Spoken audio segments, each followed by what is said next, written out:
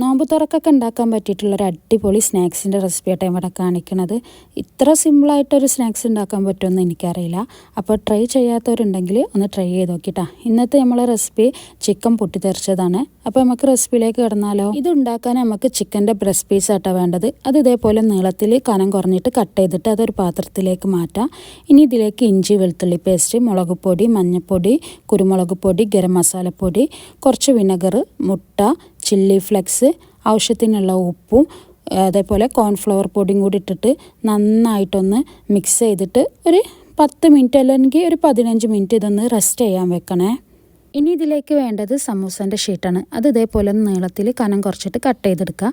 അതിലേക്ക് നേരത്തെ നമ്മൾ മാരിനേറ്റ് ചെയ്ത് വെച്ച ചിക്കൻ ഇട്ട് കൊടുക്കുക. എന്നിട്ട് ഇതേപോലെ ഒന്ന് കവർ ചെയ്തെടുക്കണം കേട്ടോ. ഇനി ഇത് ഓരോന്ന് നമുക്ക് ചൂടായ ഓയിലിട്ടിട്ട് നമുക്കൊന്ന് ഫ്രൈ ചെയ്തെടുക്കണം.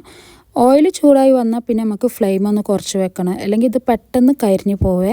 എന്നിട്ട് 2 സൈഡും ഗോൾഡൻ കളർ ആവണ വരെ ഒന്ന് തിരിച്ചു മറിച്ചിട്ടിട്ട് വേണം ഇതൊന്ന് ഫ്രൈ ചെയ്തെടുക്കാൻ കേട്ടോ. ഇപ്പോൾ സിമ്പിളായിട്ടുള്ള നമ്മളെ ചിക്കൻ പൊട്ടിത്തെറിച്ച് ഇവിടെ റെഡി ആയിക്കണേ. ഇതിൻ്റെ പുറംഭാഗം നല്ല ക്രിസ്പി ആട്ടോ, അടിപൊളി ടേസ്റ്റാണ്. അപ്പോൾ മസ്റ്റായിട്ട് എല്ലാവരും ഒന്ന് ട്രൈ ചെയ്ത് നോക്കണേ.